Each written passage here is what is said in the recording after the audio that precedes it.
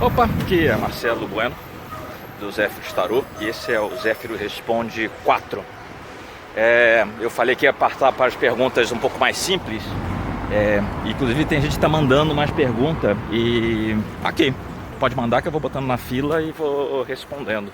Eu estou meio que tentando fazer um vídeo por dia aqui para dar conta do que eu prometi e não fiz. Mas manda que a gente vai respondendo aí depois com mais calma ou não, sei lá. Hoje é domingo, dia 5 de janeiro, é o primeiro domingo de 2020. Dizem que o dia regido por Ganesha é terça, né? Não tenho bem certeza, não é uma coisa muito oficial isso. Mas eu adotei pra mim, né? E eu com as minhas maluquices, que domingo é o dia de Ganesha, porque o Ganesha é sempre o que vem primeiro, né? Então, como domingo é o primeiro dia da semana, eu sempre faço reverências a Ganesha, né? Então, no domingo, quer dizer, faço reverência para Ganesha todo dia, né? Coitado do Ganesha também, aquele orelhão, ele não cansa de me ouvir, mas domingo, né? Abrindo a semana, a gente saúda sempre o Senhor Ganesha. E aí, como é o primeiro domingo do ano, que possa ter essa bênção aí, não só para mim, como para quem está assistindo também. Que a gente possa ter caminhos abertos, sabedoria, discernimento para fazer as coisas certas. E é isso. Sábado que vem tem tarô e alquimia aqui no Rio de Janeiro. E aí, para quem está em qualquer lugar do planeta, né, na segunda-feira, eu retomo o meu grupo de tarô online, né? Então eu tive um primeiro grupo de arcanos maiores no ano passado, né? A gente terminou em dezembro. E esse grupo segue agora falando dos arcanos, das cartas numeradas. Então vão ser 10 aulas de cartas numeradas e depois mais 10 cartas de arcanos da corte. Na terça-feira começa um grupo novo. Então já tem gente inscrita e tem as informações aí no Facebook, na página do Zéfiros Tarô. Então é só dar uma olhada.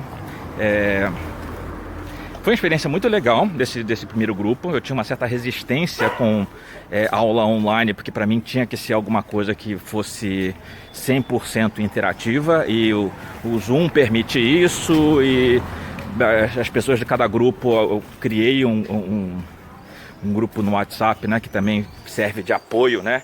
Então, ao longo da semana, as pessoas às vezes mandam jogos, fazem perguntas, a gente vai interagindo. Então, para mim ficou bem redondo, né? Estou bem satisfeito com esse resultado, e o feedback que eu tive das pessoas que participaram desse primeiro grupo também foi super positivo, o que me faz seguir adiante, não só com eles, mas também para abrir outras frentes. Então, jabá feito. Eu vou responder duas perguntas aqui, que na verdade já foram feitas no outro Zéfiros Responde. Mas para ser sincero, eu não coloquei direito, né? Eu não coloquei um índice ali em cada vídeo, né? Esses vídeos estão no YouTube. Se vocês forem olhar lá a página do Zéfiros Tarô no YouTube, vão ter acho que 7 vídeos da primeira edição do Zéfiros Responde. Eu falei que esse é o vídeo 4, então se eu não falei, falo agora, tá? Então, Zéfiros Responde, segunda edição, vídeo 4.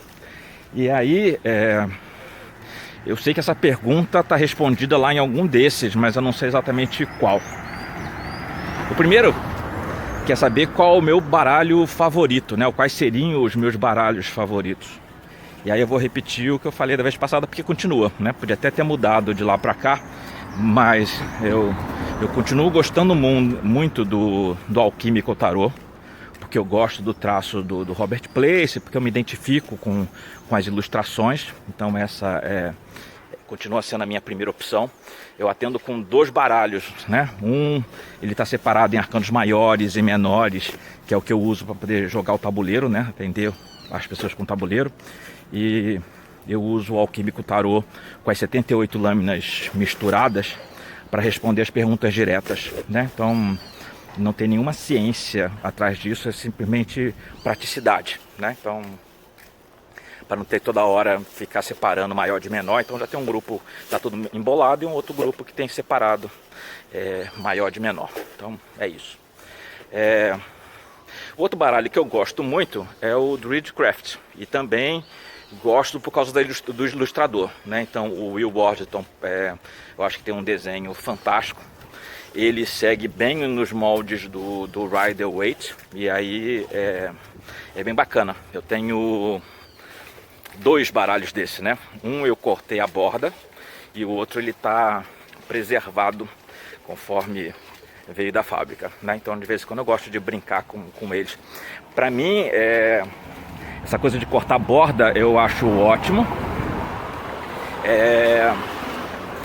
Mas, por exemplo, quando eu jogo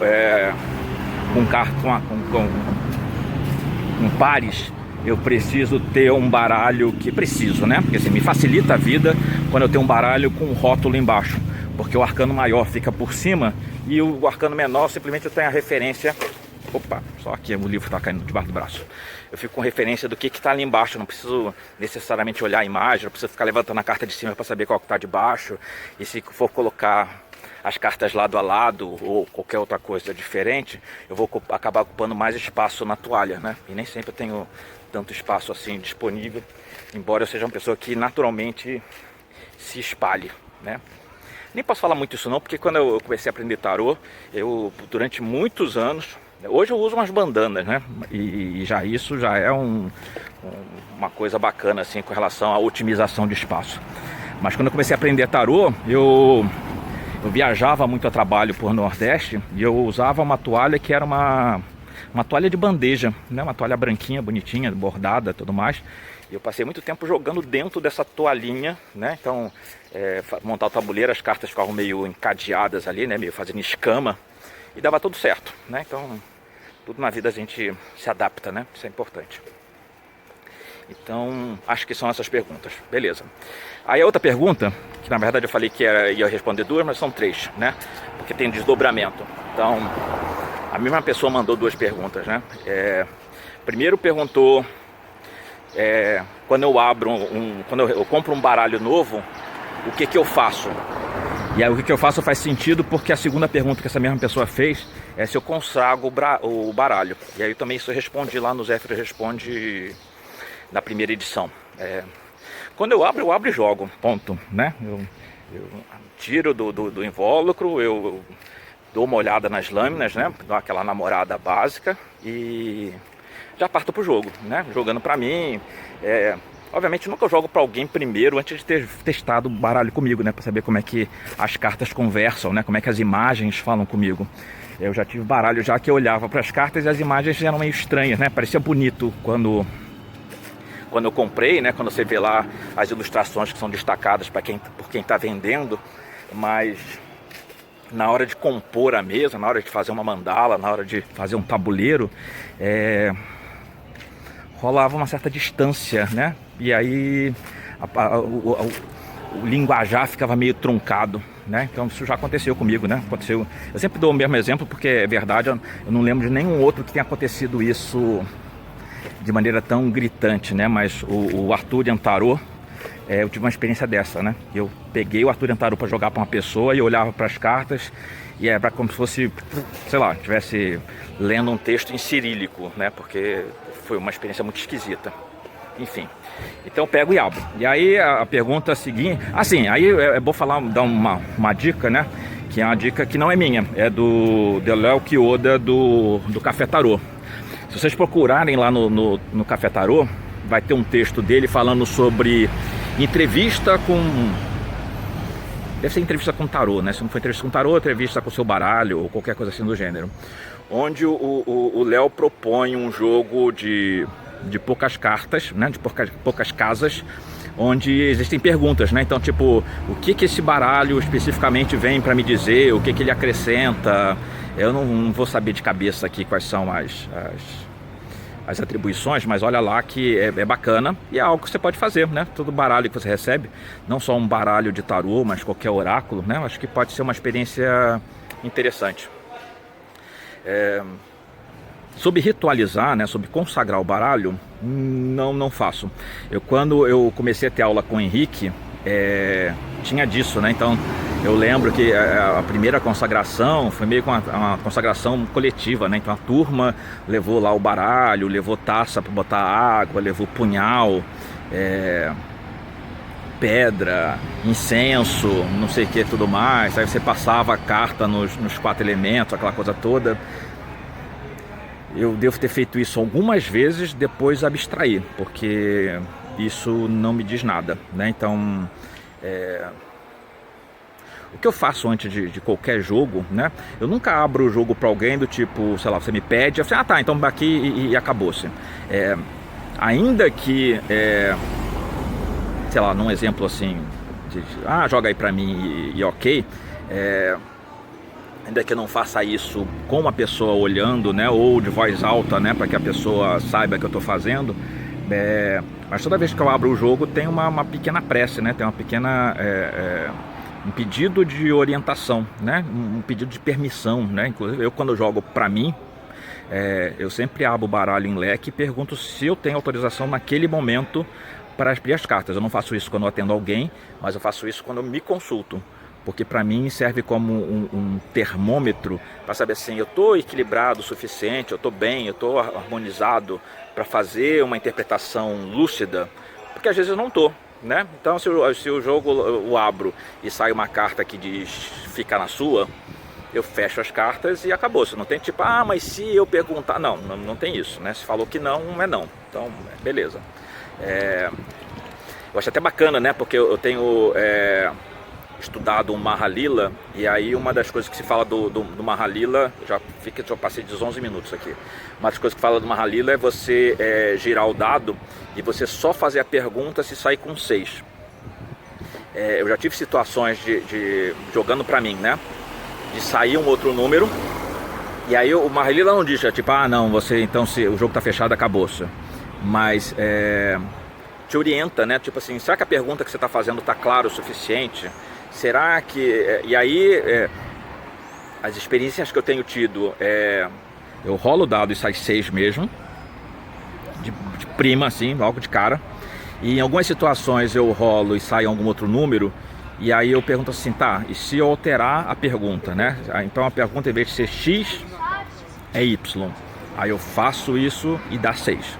Então beleza. Então a pergunta estava mal formulada, ou talvez não fosse a coisa que eu deveria, não seria exatamente o caminho que eu deveria percorrer, mas sim outro. Então é por aí. Então eu não consagro. Eu lembro que eu falei do outro vídeo, eu tenho quase uma visão na minha cabeça assim de eu falar isso dentro do ônibus, né? Então daqueles vídeos lá que tem dentro do ônibus, acho que tinha uma história dessa. Que eu, inclusive, eu fiquei de perguntar para a Nívia Peguion, e aí de fato eu perguntei, porque a Nívia tem mais essa pegada de magia e tudo mais, então ela faz a consagração, mas sim, eu não vou lembrar da resposta que ela me deu na ocasião, né, furo meu, mas é isso, você faça do seu ato mágico, né, e não esquecendo, eu acho que a Nívia concorda nisso comigo, assim, que o baralho em si é papel, ponto, né, então... Quem tá na boa é você que precisa se preparar para qualquer momento de abertura e não fazer um trabalho de idolatria com essa relação com esse baralho, seja lá qual for, como se esse baralho fosse ele dotado de algum poder. Não o baralho que tem poder, quem tem o poder é você, né? Você que está abrindo esse canal. O baralho é só uma ferramenta que faz com que esse canal se torne compreensível, ok? Vai dar 14 minutos, eu fecho aqui, tá legal? Um abraço. Até a próxima com o vídeo 5. Até mais.